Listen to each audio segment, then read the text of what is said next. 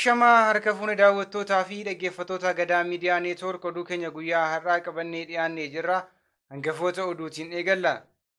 Godina Wallagga Bahaa Aanaa Saasiggaatti waraanni Bilxiginnaa namoota nagaa ajjeesuu fi hidhaa jumlaa hammeessuun ibsame.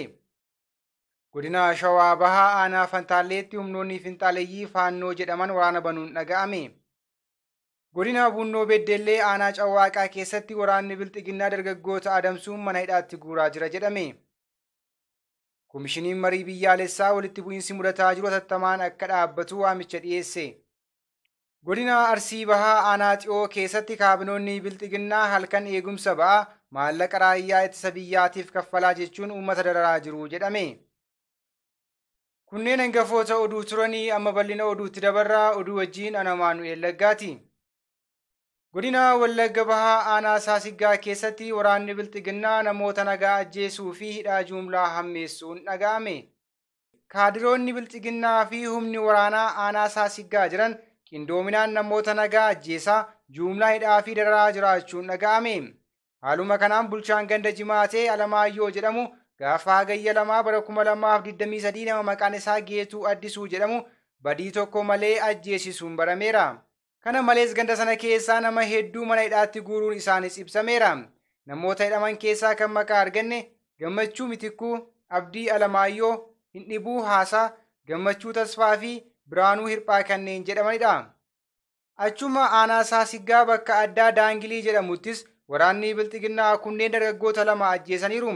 Dargaggoonni ajjeefaman kunneen Gammachuu Haayiluu fi Garramuu Takiluu kanneen jedhaman yoo ta'u, Garramuun barataa fayyaa kan yuunivarsiitii irraa boqonnaaf gara maatii galee akka ta'e maddeen keenya dabaluun himaniiru. Godina Shawaa Bahaa Aanaa Fantaalleetti humnoonni finxaaleeyyii Faannoo jedhaman waraana banuun dhaga'ame. Humnoonni finxaaleeyyii Faannoo jedhaman kun daandii guddicha Itiyoo Jibuutii to'achuu qabna ejjennoo jedhuun guyyaa har'aa gaafa hagayya 8 bara 2023 Aanaa Fantaalleetti waraana banuun dhaga'ameera. Humni kun daangaa qaxxaamuruun fageenya dheeraa deemuun bakka addaa Qorkee jedhamuttis barjaa isaanii dhaabbachuu maddeen keenya himaniiru. Humni kun yeroo adda addaatti weerara gara daangaa Oromiyaatti taasisuun lubbuu ilmaan Oromoo akka baalaa harcaasaa qe'ee fi qabeenya Oromoos barbadeessaa turuun ni yaadatama. Godina Bunnoo Beddellee Aanaa Cawwaaqaa keessatti waraanni Bilxiginnaa dargaggoota adamsuun mana hidhaatti guuraa jira jedhame. Humni waraanaa mootummaa Bilxiginnaa yeroo adda addaatti dargaggoota Oromoo humnaan qabuun mana hidhaatti ukkaamsee achii boodas gara dirree waraanaa fi iddoo adda addaatti ergaa turuun ni yaadatama. Haaluma kanaan gaafa hagayya 6 bara 2023 godina Bunnoo Beddellee Aanaa Cawwaaqaa ganda tarkaanfataa misoomaa jedhamu keessatti waraana bilisummaa Oromoo waliin hariiroo qabdu jechuun dargaggoota 7 qabanii hidhuun dhaga'ame.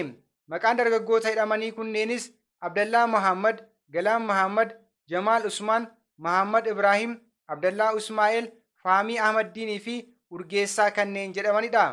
Dargaggoonni kunneen yeroo ammaa kana waajjira poolisii Aanaa Cawwaaqaatti hidhamanii akka jiranis maddeen keenya himaniiru.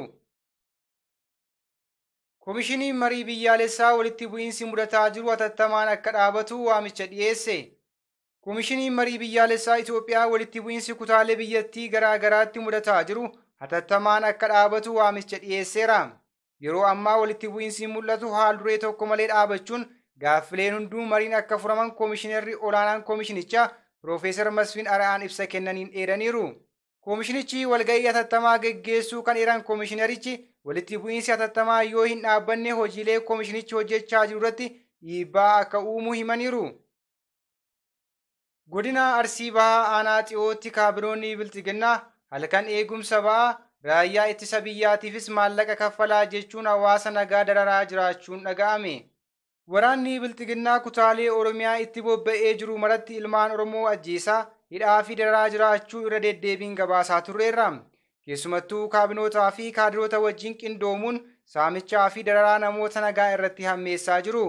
Haaluma kanaan godina Arsii Bahaa Aanaa Xiyoo magaalaa Kaatar Gannat keessatti jimaata darbe gaafa hagayya 4 bara 2023 caasaan Bilxiginnaa waraana bilisummaa Oromootu magaalicha seenuuf jechuun loltoota isaanii qubsiisuun gabaa erga jeeqanii booda uummata walitti qabuun ganda gandaan namoota 75 naannoo isaa halkan guutuu dirqamaan eegaa akka bulan taasisaa jiru. Uummanni magaalaa Kaatar Gannat nuti hawaasa meeshaa maleeyyiidha akkamiin qaama hidhatee magaalaa dhufu eegna jedhanis ijoollee keessanii waan ta'eef yoo isin ajjeesanis dhimma keessanii jechuun hawaasa mormii kaase irratti reebichaa fi doorsisa geggeessanii jiru. Oduu biraatiin ammoo aanuma xi'oo gandoota cufa irratti deeggarsa raayyaa ittisa biyyaatiif jechuun qarshii 50,000 itti ramaduun irraa funaanaa kan jiran yoo ta'u, ganda murticha qobboo keessatti ammoo waajjira bulchiisa gandaatu gubate jechuun qarshii 45,000 dabalataan irraa fuuchuun barameera. Oromiyaa keessatti yeroo lola Tigraayis lukkuu hanga lubbuu jechuun hawaasa Oromoo irraa maallaqa, sangoota gabbatoo, daakuu fi buddeen goggogaan osoo hin hafiin guuraa turuun ni yaadatama.